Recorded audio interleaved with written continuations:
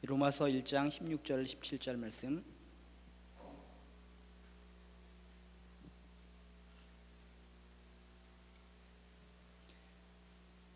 로마서 1장 16절 17절 말씀 우리 한 목소리로 읽도록 하겠습니다. 시작. 내가 복음을 부끄러워하지 아니하노니 이 복음은 모든 믿는 자에게 구원을 주시는 하나님의 능력이 됨이라. 첫째는 유대인에게요 또한 헬레인에게로다. 복음에는 하나님의 의가 나타나서 믿음으로 믿음에 이르게 하나니 기록된 바 오직 의인은 믿음으로 말미암아 살리라 함과 같으니라. 아멘. 파리라는 게 있습니다. 파리. 우리가 파리하면 떠오르는 것이 상당히 해로운 해충이다, 상당히 우습다, 하찮다, 귀찮다, 대수롭지 않다, 어떤 코미디의 대상으로 여기는 것이 파리입니다. 파리를 떠올릴 때마다 존경스럽다, 훌륭하다, 위대하다, 끝내준다 이렇게 생각하는 사람은 없습니다. 외행하고 날아다니는 그 파리를 생각할 때마다 정말 지저분한 거, 정말 우스운 거, 하찮은 거, 코미디의 대상물, 이 정도로 격화시켜서 파리를 생각합니다. 근데 파리 중에 채채파리라는 게 있습니다. 파리의 종류인데 생긴 것은 파리하고 똑같이 생겼습니다. 근데 이 파리, 채채파리라는 것은 아프리카산 흡열파리를 채채파리라고 부릅니다. 일명 소를 죽이는 파리입니다. 이 파리가 한번 불면 수면병이 전염되고 결국에는 죽게 만드는 무시무시한 파리가 채채파리입니다. 말 그대로 그 파괴력이 너무나 어마하다라는 것입니다. 그 파괴력이 위력이 너무나 끝내준다는 겁니다. 똑같은 파리라고 생각하고 우습게 여기던 많은 사람들이 이 채채파리에 쏘여서 물려서 속수무책으로 죽어갔습니다. 속수무책으로 탐험을 하다가 모험을 하다가 다 정글 속에서 죽어갔다는 겁니다. 이 땅에 많은 사람들을 살펴보면 복음을 우습게 여기는 사람들이 상당히 많이 있습니다. 파리보다도, 채채파리보다도 더 우습게 여기는 사람들이 이 땅에 많이 있습니다. 여러분 주변에 있는 친구들을 생각해 보시기 바랍니다. 여러분 주변에 하나님을 모르는 사람들의 모습들을 떠올려 보시기 바랍니다. 복음, 예수님, 하나님의 사랑 이런 것이 들려졌을 때 그들은 어떻게 반응을 합니까? 우리가 처음에 파리를 염두에 뒀을 때 하찮은 거, 우스운 거, 귀찮은 거, 대수롭지 않은 거, 중요하지 않은 거 이렇게 떠올리듯이 파리처럼 복음을 그렇게 생각하는 사람들이 이 땅에 많이 있다는 겁니다. 그까짓 게 뭔데, 그게 뭔데 우리 인생을 이랬다 저랬다 하는가? 왜 내 인생의 자유를 빼앗으려고 하는가? 그 복음이라는 것이 무엇이길래, 하나님이라는 것이 무엇이길래, 하나님의 사랑이라는 것이 무엇이길래 그게 왜 내 마음속에 품고 들어와서 나한테 접근을 해서 내 인생을 자유롭지 못하게 만드는가? 가소로운 것, 복음을 너무나 우습게 생각하는 사람들이 많이 있습니다. 우리 크리스찬들 중에서도 그런 사람들이 있습니다.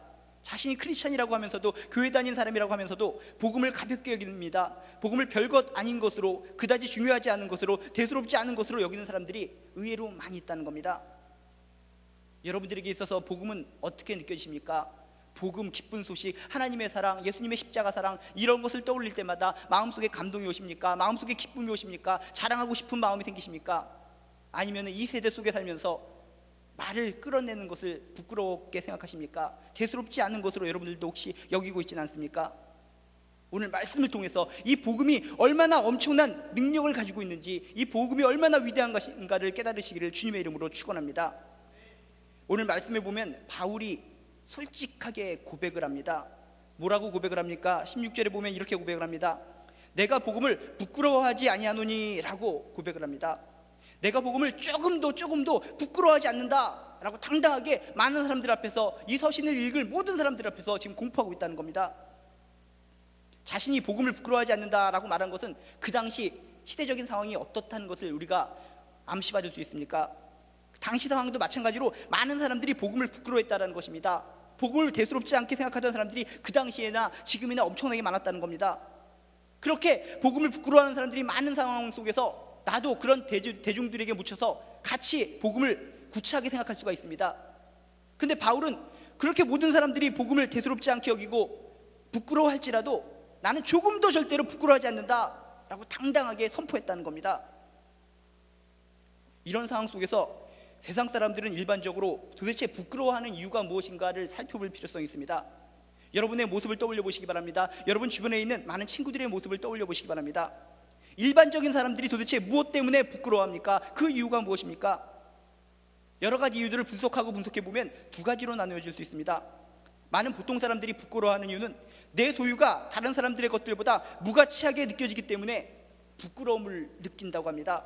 내가 가진 소유가 다른 사람들의 것들보다 뭔가 무가치하게 하찮게 느껴지기 때문에 그것을 통해서 내가 부끄러움을 느낀다는 겁니다. 창피함을 느낀다는 겁니다. 어떤 꼬마아이가 한 손에는 호떡 들고 한 손에는 붕어빵 들고 아주 즐겁게 신나게 노래를 부르면서 맛있게 냠냠 먹습니다. 아, 호떡이 있구나, 붕어빵이 있구나, 얼마나 맛있는가, 기분이 좋습니다. 신납니다. 깡충깡충 뛰어다닙니다. 깡충깡충 뛰어다니다가 어느 순간 무엇을 발견하고 얼굴이 일그러지기 시작합니다.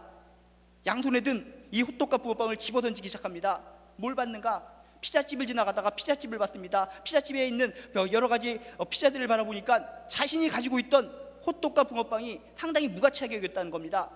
그런 것을 보기 전에는 정말 이 호떡이 정말 맛있는 거구나, 붕어빵이 맛있는 거구나 라고 생각을 했는데 팔짝팔짝 뛰어다니면서 기쁨을 누렸는데 그런 피자의 여러 가지 종류의 모습을 보고 자신의 손에 든 것이 너무나 무가치하게 여겼다는 겁니다. 내 소유가 별거 아니구나 라고 생각을 하면서 마음에 분노가 일게 되고 자신이 부끄러움을 느끼게 되었다는 겁니다. 어떤 사람은 이렇게 생각합니다. 아, 난 차로 왔다 갔다 출근을 한다. 난 차로 시장을 가더라도 난 차로 움직인다. 아, 난 훌륭한 차를 가졌어 라고 생각하면서 기분 좋게 살아갑니다. 근데 어느 순간 잠에서 깨어나고 보니까 주변에 있던 많은 사람들이 차를 타고 왔다 갔다 거리는 것이 아니라 헬기를 타고 왔다 갔다 거립니다. 나는 차를 타고 왔다 갔다 거리는데 내 주변에 있는 많은 사람들은 헬기를 타고 헬리콥터를 타고 하늘을 갖다 날아다니는구나.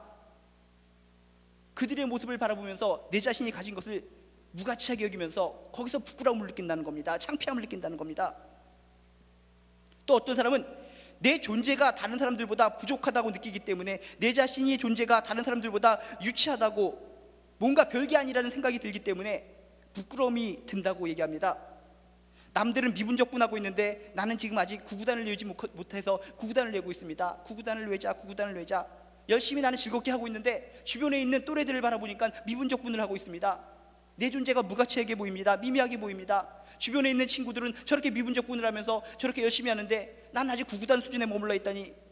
내 존재가 다른 사람들보다 부족하다고 느끼기 때문에 거기에서 많은 사람들은 부끄러움을 느낀다는 겁니다. 창피함을 느낀다는 겁니다. 남들은 카지노에서 땡기고 있는데 나는 점당 10원 고스톱을 치고 있다니 뭔가 내 존재가 미미하게 느껴집니다. 아, 난 뭐야, 도박이라도 한다는 것이 점당 10원에 이렇게 돗자리 펴놓고 앉아서 이게 뭐냐. 어떤 사람들은 카지노에 가서 열심히 땡기면서 흐하하 웃고 있는데 자기 존재를 미미하게 여깁니다. 하찮게 여깁니다. 귀찮게 여깁니다. 이러는 가운데 부끄러움과 창피함을 느낀다는 겁니다. 아, 남들은 미국 무대에 진출해서 뉴욕 무대에 진출해서 열심히 춤을 추면서 많은 사람들의 박수를 받고 있는데 세계적인 이목을 받고 있는데 나는 아직 밤무대의 백댄서로서 빌빌거리면서 살고 있구나. 자기 자신의 존재를 뭔가 무가치하게 느낄 때, 하찮게 느낄 때 거기서 부끄러움이 온다는 겁니다. 이렇게 세상 사람들이 부끄럽게 여기는 이유의 총체적인 기준은 뭡니까? 바로 세상적인 것들, 세상적인 기준에 의해서 어떤 비교의식 때문에 이런 부끄러움이 찾아온다는 겁니다. 내가 가지고 있던 소유, 나 존재의 소중함, 이것만 간직하고 이것만 바라볼 때는 그저 행복하고 그저 즐겁고 신이 났었는데 세상적인 기준을 생각하고 거기에 있는 많은 사람들과 비교하다가 내 자신이 무가치하게 여겨지고 내가 가진 소유가 무가치하게 여겨질 때 거기서 부끄러움과 창피함이 다가온다는 겁니다. 이런 비교의식이라는 것이 상당히 무섭다는 겁니다. 어떤 경건한 것과 영적인 것과 비교해서 내가 부족하다라고 느끼는 것은 건설적인 불만족이고 건설적인 부끄러움입니다. 근데 세상적인 것들과 비교해서 내가 무가치하다, 내가 무의미하다라고 느꼈을 때는 정말 처참하고 정말 나를 갖다가 정말 엉망으로 만들어버리고 날 파멸로 만들어가는 부끄러움을 나에게 가져다 준다는 겁니다. 여러분들이 부끄러움을 느낄 때마다 한번 생각해 보시기 바랍니다. 내가 도대체 뭐 때문에 부끄러워하는가? 내가 도대체 뭐 때문에 창피하는가? 세상적인 기준 때문에, 세상적인 기준에 의한 비교의식 때문에 내가 혹시 지금 부끄러워하고 있지는 않는가? 그런 부끄러움 속에 빠져 있다면 여러분들은 벗어나셔야 됩니다. 빠져나오셔야 됩니다. 세상 사람들이 이런 올무에 걸려서 이런 세상 기준에 의한 비교의식에 빠져서 스스로를 부끄럽게 여기고 스스로를 창피하게 여기고 자신을 학대하면서 살아간다는 겁니다. 하나님이 보실 때 가슴이 찢어질 노릇이라는 겁니다. 마찬가지로 이런 세상 기준으로 볼 때, 이렇게 세상 기준으로 따진다면 복음이라는 것은 정말 우리들이 창피하게 여길 수밖에 없습니다. 하나님을 바라볼 때, 하나님의 영광을 바라볼 땐 이 복음이 귀한 것일지 모르겠지만 이렇게 세상적인 기준과 비교해보면 이 복음이라는 거, 하나님의 사랑이라는 거, 십자가의 사랑이라는 것이 얼마나 무가치하고 얼마나 웃긴 겁니까? 보이지 않는 하나님 중심의 사고를 강조하고 있습니다. 복음이라는 것은. 이 시대가 어떤 사회입니까? 보이는 것만 쫓아가는 사회입니다. 보이는 것만 쫓아가는 사회 속에서 보이지 않는 하나님을 믿어라, 보이지 않는 하나님이 날 사랑하신단다, 무가치하게 느껴질 수밖에 없다는 겁니다. 세상의 기준은 보이는 건데 보이지 않는 것을 쫓아가다니 웃기는구나. 이런 복음이 부끄러워지는 겁니다. 세상의 출세 성공 방정식과 전혀 딴판인 이야기를 성경에서는 하고 있습니다. 세상에서 출세하려면, 성공하려면 누구든지 짓밟고 일어서야 된다. 누가 옆에 군중 속에 있을 때 양손을 들어서 팍팍 치면서 막 코피가 터지면서 꼬꾸라질 때 발로 짓밟고 건너서 가라, 그래야만 성공을 한단다. 세상적인 성공 방정식, 출세 방정식하고 성경의 성공 방정식하고는 뭔가 엄청난 차이가 있다는 겁니다. 이런 구태의연한 성경의 성공 방정식을 볼 때마다 세상적인 것과 비교해 볼 때 무가치하게 여겨진다는 겁니다. 지금 이 시대가 어떤 시대인데 그런 말 같지 않는 사랑 이야기를 하고 있는가? 말 같지 않는 하나님의 그런 사랑 이야기를 갖다 논하고 있는가? 이런 복음 이야기가 너무나 창피하게 느껴집니다. 세상적인 기준으로 볼 때, 비교의식에 의해서 볼 때 성경에 나오는 모든 이야기들이 이 시대적인 흐름과 역행하기 때문에 우리는 이 시대를 살아가면서 이런 성경의 이야기, 복음이라는 것을 부끄럽게 여깁니다. 창피하게 여깁니다. 여기서부터 우리 크리스찬들에게는 문제가 발생한다는 겁니다. 무엇이 진정 부끄러워해야 될 것인가, 그것을 모르기 때문에 우리 인생은 꼬이고 꼬이는 인생으로 넘어간다는 겁니다. 여러분 기억하시기 바랍니다. 우리가 진정 부끄러워하는 것은 내가 가진 소유, 내 존재가 미미한 거, 이것을 부끄러워해서는 안 됩니다. 세상적인 기준에 의해서, 어떤 비교의식에 의해서 내가 부족하다는 거, 그것 때문에 우리는 부끄러워해서는 안 됩니다. 진정 우리가 부끄러워해야 할 것은 무엇인가? 내가 죄 짓고 있다, 내가 하나님 앞에서 죄 짓고 있는 나의 모습을 떠올리면서 그 사실을 우리는 부끄러워해야 된다는 겁니다. 죄 짓고 있는 나의 모습을 부끄러워해야 되는데 그런 것은 전혀 부끄러워하지 않고 세상적인 비교의식 속에 빠져서 부끄러워하고 있는 모습, 창피하고 하고 있는 모습, 복음을, 하나님의 사랑을 부끄럽게 여기고 있는 나의 모습, 성경적인 가치관을 부끄럽게 여기고 있는 나의 모습, 너무나도 잘못된 나의 모습이라는 겁니다. 진정 우리가 부끄러워해야 될 것은 하나님이 계신데 하나님 앞에서 날마다 죄를 짓고 살아가면 나의 이런 비양심적인 모습, 이것을 우리는 부끄러워해야 된다는 겁니다. 아담과 하와가 어땠습니까? 자신이 하나님께 죄를 졌습니다. 죄를 짓고 나서 부끄러움을 알았습니다. 하나님을 피해 다녔습니다. 하나님이 부를 때마다 숲속에 숨었습니다. 어떤 나뭇가지로 몸을 가렸습니다. 그런 아담과 하와의 모습을 바라보면서 그렇구나, 죄 짓는 자는 저렇게 부끄러워해야 되는 것이구나 라는 것을 깨닫고, 내가 진정 이 시대를 살아가면서 부끄러워해야 될 거, 하나님의 자녀로서 죄 짓고 살아가는, 죄의 굴레 속에서 살아가는, 죄 때문에 무너지고 마는 나의 모습을 우린 처절하게 부끄럽게 여겨야 된다는 겁니다. 근데 아담과 하와는 어땠습니까? 부끄럽게 여기면서 부끄럽게 여기는 것으로 끝나고 회개를 하지 않았습니다. 그렇지만 우리는 그 아담과 하와의 모습에서 더 진보해야 됩니다. 나의 모습을 하나님과 견주어서 떠올려서 내가 죄를 지었다고 생각한다면 그것으로서 부끄러워하는 것으로 끝나는 것이 아니라 회개하는 마음을 가져야 된다는 겁니다. 하나님이시여, 하나님 앞에 볼 때 저의 삶 속에 너무나 죄가 물들어 있습니다. 매일매일 쓰러집니다. 죄 때문에 내가 너무나 부끄러워 죽겠습니다. 하나님 회개합니다. 나를 붙잡아 주시옵소서. 하나님께로 나아갑니다. 이런 회개하는 모습, 이렇게 하나님께 나아가는 모습이 우리에게 필요하다는 것을 기억하시기 바랍니다. 옛날에 영화 중에 트루먼쇼라는 것이 있습니다. 트루먼쇼에 보면 그 이상하게 생긴 주인공이 나오는데 어떤 위에서 감시를 합니다. 태어났을 때부터 자라는 과정을 모든 사람들이, 전 세계 사람들이 지켜보고 있습니다. 근데 그 사람은 지켜보고 있다는 것을 모르고 별짓을 다 합니다. 별생쇼를 다 부립니다. 지켜보는 사람들은 참 쟤네들은 우리가 보고 있는데도 그것도 모르고 저렇게 행동하고 있구나. 그런 영화를 바라보면서 우리는 깨우쳐야 됩니다. 우리들의 모든 행실, 누가 보겠어, 아무도 지켜보지 않아, 나는 그렇게 스스로 판단합니다. 아닙니다. 하나님이 지켜보고 계십니다. 천지를 지으신 하나님께서, 역사를 주관하신 하나님께서, 생사복을 주관하신 하나님께서, 심판주가 되신 하나님께서, 처음이시여 나중 되시는 그 하나님께서 날 지켜보고 있다는 사실을 기억하시기 바랍니다. 이런 사실을 기억할 때마다 나는 죄에 대해서 민감해집니다. 아이고, 내가 이런 행동을 했는데, 또 이렇게 실수를 했는데, 이렇게 또 망가진 행동을 했는데, 하나님께서 보셨을 때 내 자신이 얼마나 부끄러운 존재인가. 부끄러움 속에서 다시 한번 회개하고, 하나님 붙들어 주시옵소서. 내가 이런 부끄러운 몸이지만 예수 십자가의 공로에 힘입어서 나 나아갑니다. 날 잡아 주시옵소서. 이런 마음이 생겨야 정상이라는 것을 기억하시기 바랍니다. 바울도 처음에는 이렇게 복음을 부끄럽게 생각했습니다.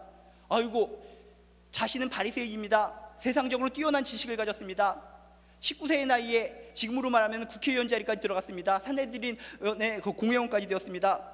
세상적으로 부끄러운 곳이 없었는데, 문제가 없었는데, 구원의 문제만 이 사람에게는 걸림돌이 되었다는 겁니다.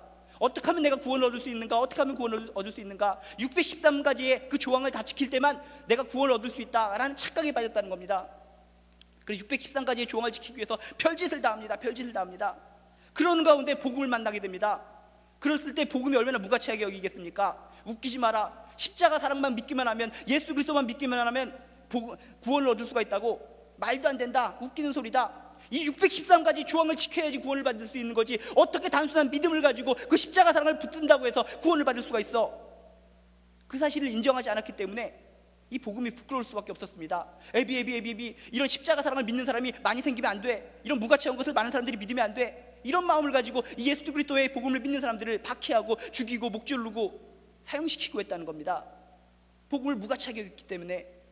이렇게 복음을 부끄럽게 여기던 바울이 어떻게 됐습니까? 다메섹 도상에서 자신이 그렇게 핍박하던 예수 그리스도를 만나게 됩니다. 예수 그리스도를 만나게 되고 그분의 사랑을 체험하게 되고 부활을 체험하게 됩니다. 그리고 나서 변화했습니다. 드디어 복음을 부끄러워하지 않는 사람으로 변했다는 겁니다. 왜 구체적으로 이 바울은 복음을 부끄러워하지 않았는가? 오늘 말씀에 정확하게 얘기해주고 있습니다. 내가 복음을 조금도 부끄러워하지 아니하노니 복음은 모든 믿는 자에게 구원을 주시는 하나님의 능력이 되기 때문이다 라고 정확하게 선포하고 있습니다. 모든 믿는 자에게 구원을 주시는 하나님의 능력이다. 능력이라는 것을, 엄청난 파워를 깨달았기 때문에 난 절대로 복음을 부끄러워하지 않는다. 지금까지 내가 살아오면서 예수란 존재는 나약한 존재요, 미미한 존재요, 말도 안 되는 존재다, 진존재다, 패배한 존재다라고 여겼었는데 아니다. 예수님의 십자가 사랑이, 그 십자가 사랑을 믿기만 하면 구원을 얻게 되는 엄청난 파워가 있다. 사람을 변화시키는, 사람을 살리는 엄청난 능력이 있다 라는 것을 바울이 몸소 깨달았다는 겁니다. 그것을 체험하고 깨달은 이후에는 가장 이 세상에서 위대한 능력이라는 것은 바로 이 복음이다 라는 것을 선포하게 되었다는 겁니다. 여러분 기억하시기 바랍니다. 이 세상에 많은 능력이 있고 많은 권세들이 있지만 가장 강력한 권세는 복음이라는 것을 기억하시기 바랍니다. 모든 믿는 자에게 구원을 주시는 하나님의 능력이 된다는 것을 기억하시기 바랍니다. 그래서 한두 사람에게, 어떤 유대인들에게만, 특정 사람들에게만, 까만 사람에게만, 노란 사람에게만 구원을 주시는 것이 아니라 모든 믿는 자에게라고 했습니다. 모든 믿는 자, 유대인뿐만 아니라 모든 이방인들에게, 인류에게, 믿는 사람이라면 누구에게나 구원을 주시는 엄청난 파워라는 것입니다. 이게 복음이라는 겁니다. 이것이 우리가 예수를 꽉 붙들고 살아가야 할 이유라는 겁니다. 예수의 십자가 사랑만 내 마음으로 받아들이기만 하면 그 작은 고백 하나 때문에 내 인생이 바뀐다는 것입니다. 그 작은 인정 하나 때문에 내 인생이 뒤집어지고 내가 저 죽음의 권세로 나락으로 빠지는 것이 아니라 내가 살리는 권세 쪽으로, 내가 승리의 영광 쪽으로 내가 방향을 틀어서 인생의 성공으로 가게 된다는 겁니다. 여기서 하나님의 능력에서 능력이라는 단어를 이 바울은 두나미스라는 단어로 표현하고 있습니다. 두나미스라는 것은 다이너마이트의 어원이 되는 용어입니다. 말 그대로 하나님의 능력이라는 것은 폭탄과 같다라는 것입니다. 엄청난 폭탄. 세상의 폭탄은 어떻습니까? 세상의 폭탄이라는 것은 사람을 죽이는 능력을 가졌습니다. 그렇지만 하나님의 능력, 하나님의 폭탄이라는 것은 사람을 죽이는 능력이 아니라 이 복음이라는 것은 사람을 살리는 능력이라는 겁니다. 여러분, 세상적인 가치관으로 봤을 때는 가장 큰 능력, 가장 큰 초강력 파워라는 것은 얼만큼 사람들을 많이 죽이는가, 얼만큼 많이 사람들을 잔혹하게 죽이는가, 그것을 능력의 기준으로 삼고 있습니다. 그런데 아닙니다. 살리는 게 더 큰 능력이라는 것을 기억하시기 바랍니다. 사람이 100명 있는데 100명 죽이는 것은 그냥 칼로 찌르든지 총으로 쏘면 그냥 죽어버립니다. 근데 죽은 사람을 살리는 것은 누가 합니까? 어떤 능력을 동원해도, 별짓을 다 해도 한 사람도 살릴 수 없다는 겁니다. 세상적인 기준으로 바라보지 마시기 바랍니다. 세상적인 기준으로 바라볼 때, 죽이는 능력으로 바라볼 때는 이 복음이라는 것이 비참하게 보입니다. 예수님도 십자가에 달려 돌아가셨기 때문에. 그렇지만 하나님의 능력은 죽이는 능력과 비교하는 것이 아니라 살리는 능력이요, 영생의 능력이라는 것을 기억하시기 바랍니다. 많은 사람들이 인류 역사상 이런 죽음의 문제를 극복하려고 아둥바둥거렸습니다. 어떻게든지 죽음의 문제를 해결해보자, 불로장생해보자, 별짓을 다 했습니다. 좀 더 생명을 들여보자, 수명을 연장해보자, 별 미친 짓을 다 했지 않습니까? 그래서 최근 들어서도 얼마 전에 나왔던 영화 중에도 성룡, 김희선이 나온 어떤 신화라는 영화도 그런 진시황릉의 불로장생에 관련된 영화지 않습니까? 내용 구조가 상당히 엉터리인 영화인데, 그런 엉터리인 영화를 통해서도 뭘 보여줍니까? 불로장생을 하기 위한 인간의 덧없는 노력을 우리는 볼 수 있지 않습니까? 어쨌든 인류 역사상 조금이라도 죽음의 문제를 해결하기 위해서 모든 인간들은 아둥바둥거렸습니다. 어떻게 됐는지 한번 죽음을 탈피해보자.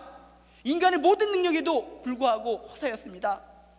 그러나 말씀에서, 복음을 통해서 우리에게 뭘 제시해 줍니까? 인간의 그런 모든 인류의 역사, 정말 수천 년의 역사를 통해서도 죽음을 해결하지 못했는데 하나님이 단번에 단지 믿음 하나만으로 영생을 주신다고 말씀해 주셨다는 겁니다. 그게 복음이라는 겁니다. 이보다 큰 능력이 어디에 있겠습니까? 인류 역사상 이런 능력은 듣지도 보지도 못했기 때문에 인간은 못 믿는 겁니다. 자신의 인간의 노력으로, 엄청난 지식으로, 엄청난 IQ를 가지고 인류 역사를 총동원해서 죽음의 문제를 해결하려고 했는데 한 사람도 해결하는 사람은 없다는 겁니다. 그런데 단번에 예수님의 십자가의 죽음을 믿는 거, 예수님의 십자가 사랑을 받아들이는 그 자체, 그 믿음 하나로 영생을 얻을 수도 있다라는 사실이 순간적으로 받아들일 수 없는 겁니다. 엄청나게 큰 능력이기 때문에, 엄청나게 큰 사건이기 때문에. 그렇지만 그 막힌 담을 헐고 정말 이게 대단한 사건이구나, 인류 역사상 모든 것을 동원해도 못한 것이 하나님의 사랑, 이 복음 하나 때문에 내가 구원을 얻을 수 있구나, 죽음의 문제를 해결할 수 있구나 라는 것을 깨닫는 순간 우리는 이 복음이 엄청난 파워를 가졌다는 것을 우리는 깨달을 수 있다는 겁니다. 기억하시기 바랍니다. 죽음을 해결하는 능력, 우리에게 구원을 주시는 능력, 우리에게 영생을 주시는 능력, 이것이 바로 복음이라는 것을 기억하시고 복음을 받아들이시길 바랍니다. 복음의 능력을 믿으시기 바랍니다. 하나님의 사랑을 받아들이시길 바랍니다. 복음을 받아들이는 믿음으로써 진정 승리의 인생이 되길 원합니다. 이어서 17절에 뭐라고 얘기하고 있습니까? 복음에는 하나님의 의가 나타나서 믿음으로 믿음에 이르게 한다라고 얘기하고 있습니다. 하나님의 의라는 것이 무엇입니까? 구원을 주는 능력의 주체가 하나님이시다라는 것입니다. 구원을 주는 능력의 근원이 하나님이시라는 겁니다. 인간의 능력이 아니라는 겁니다. 인간의 노력이 아니라는 것입니다. 인간이 아둥바둥거려서 구원을 얻는 것이 아니다라는 것을 오늘 말씀을 통해서 일깨워주고 있습니다. 모든 인간들이 착하게 살고 별짓을 다 할지라도 진정 구원에 이르는 길은 하나님이라는 것을 기억하시기 바랍니다. 하나님으로부터 비롯된다는 것을 기억하시기 바랍니다. 그런데 이런 하나님의 의가 나타났는데 믿음으로 믿음에 이르게 한다고 했습니다. 무슨 뜻입니까? 오직 믿음으로만 하나님과 올바른 관계가 이루어질 수 있다. 오직 믿음으로만 구원이 가능하다는 것입니다. 복음이라는 것이 엄청난 능력입니다. 그 자체가 능력입니다. 근데 그 엄청난 능력이 있는데 내가 그것을 믿음으로 받아들이지 않으면 나에게 능력이 되지 않는다는 겁니다. 내가 믿음을 가지고 그 엄청난 능력 파워를 받아들일 때 그 내 믿음과 복음이 합세해서 영생과 구원이라는 엄청난 능력의 결과가 나온다는 사실을 기억하시기 바랍니다. 세상 사람들은 이 엄청난 파워, 엄청난 복음의 능력을 보고만 있고 눈만 껌뻑거립니다. 그게 왜 큰 능력이야? 왜? 그들은 믿음이 없기 때문에 믿음과 그것을 접목시킬 때만 영생과 구원이라는 놀라운 능력이 나타나는데 그들에게 믿음이 없다는 겁니다. 그래서 이것이 엄청난 능력이라는 것을 얼핏 알면서도 깨닫지를 못하는 겁니다. 크리스찬이면서도 믿음이 없다면, 예수님의 십자가 사랑을 마음속 깊숙이 받아들이지 않고 인정하지 않는다면 복음의 능력을 난 체험할 수 없는 겁니다. 그냥 이론적으로만 아는 거고 실질적으로 나의 능력으로 올 수는 없는 겁니다. 여러분, 이 시간 꼭 기억하시기 바랍니다. 이런 위대한 복음, 나를 살리는 복음, 하나님의 사랑인 복음, 이것을 여러분 마음속으로 받아들이시길 바랍니다. 믿음으로 받아들이시길 바랍니다. 그럴 때 거기서 영생과 구원이요 변화라는 엄청난 핵폭발이 일어나리라 믿습니다. 이어서 성경 이렇게 써 있습니다. 성경에도 이렇게 적혀 있다. 오직 의인은 믿음으로 말미암아 살리라. 하박국 2장 4절의 말씀이 이거라는 겁니다. 오직 의인은 믿음으로 말미암아 살리라. 믿음만이 내가 이롭다 하심을 받을 수 있는 유일한 길이라는 겁니다. 믿음으로만 구원받을 수 있다는 겁니다. 여러분이 지금까지 날 무가치하게 여겼습니까? 미미한 존재로 여겼습니까? 죄 많은 존재로 여겼습니까? 과거에 아무리 어떻게 살았다 할지라도 지금 이 순간 여러분 결단하시기 바랍니다. 내가 부족하고 미미하고 세상적인 것과 비교해서 너무나 부끄러운 존재입니다. 하나님 앞에 너무나 부끄러운 존재입니다. 그럼에도 불구하고 하나님께 나아갑니다. 십자가를 붙들고 나아갑니다. 십자가를 붙들고 죽게 나아갈 때 그 믿음 하나만을 보아주시고 날 변화시킨다고 하여 주셨지 않습니까? 나에게 능력 주신다고 하셨지 않습니까? 나를 구원해 주신다고 하셨지 않습니까? 나에게 영상을 주신다고 하셨지 않습니까? 그 믿음을 가지고 나아가시길 바랍니다. 아무리 여러분이 미미한 존재라고 할지라도, 여러분 스스로를 아무리 부끄럽게 여긴다 할지라도 여러분의 믿음과 복음이 만나면 여러분들을 엄청난 위대한 사람으로 만들어주시리라 믿습니다. 그러므로 여러분, 복음을 우습게 여겨서는 안 됩니다. 절대로 부끄럽게 여겨서는 안 됩니다. 복음이 진실한 여러분의 믿음과 만나면 바로 구원과 영생이라는 놀라운 능력이 나타난다는 겁니다. 다이너마이트 자체도 엄청난 능력의 것입니다. 그렇지만 불을 붙였을 때 엄청난 폭발이 일어나는 겁니다. 이런 엄청난 복음이라는 다이너마이트가 있습니다. 여러분의 믿음을 가지고 불을 붙이시길 바랍니다. 그래서 엄청난 능력의 소유자가 되어서 살아가시기를 주님의 이름으로 축원합니다. 지난주에 가장 큰 키워드 중에 하나가 무엇입니까? 하인스 워드라는 미국 슈퍼볼 믹스축구에서 MVP를 탄 사람이 엄청나게 등장을 했습니다. 하인스 워드, 여러분이 조금이나마 뉴스를 본 사람은 압니다. 하인스 워드 이야기를 하면서 그 사람은 혼혈인이다, 그의 엄마가 열심히 가르쳐서 위대하게 만들었다, 이런 것이 떴습니다. 그런데 여러분이 그걸 보면서도 이면에 있는 뭘 발견해야 됩니다. 언론이라는 것은, 그런 신문기사라는 것은 현상만 우리에게 알려주고 그 속에 숨겨진 의미는 가르쳐주지 않습니다. 이상하게 그 내용을 들으면서 뭔가 이상한 것을 느꼈습니다. 그 어머니가 그 자녀에게 가르쳐준 것이 뭐냐? 겸손이라는 겁니다. 너 겸손해야 됩니다. 사람이 올라가면 내려갈 때가 있다라는 걸 가르쳐줬고, 네가 어떤 일을 하든지 운동을 하든지 무엇을 하든지 그곳에서 내는 주의 영광을 보내. 우리 가운데 계신 주님, 그 빛난 영광 온 하늘 덮고 그 찬송 온 땅 가득해. 내 눈 주의 영광을 보내. 찬송 가운데 서신 주님, 주